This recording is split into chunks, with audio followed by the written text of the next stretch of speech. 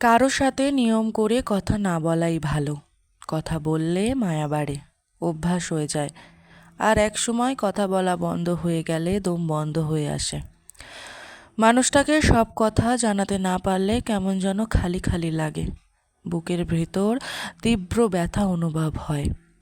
এই অনুভূতিটা খুব বাজে, ভীষণ কষ্টের। এজন্য কথা না বলাই ভালো।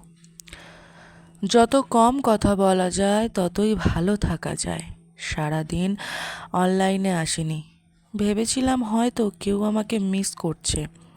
মেসেজে হয়তো আমার ইনবক্সটা ভরে গেছে। কিন্তু আমার ধারণা সম্পূর্ণ ভুল ছিল। আসলে আমি বছরের পর বছর অনলাইনে না আসলেও কারোর কিচ্ছু যায় আসে না। আমি কারোর জীবনে এতটাও বিশেষ কিছু হতে পারিনি যে আমার থাকা না থাকায় কারোর কিছু যায় আসবে। আমি খুব সস্তা একজন মানুষ। আমাকে কেউ তার জীবন থেকে হারালেও তার কোনো আফসোস হবে না। আমাকে ছাড়াও সবার জীবন সুন্দরভাবে চলে যাবে।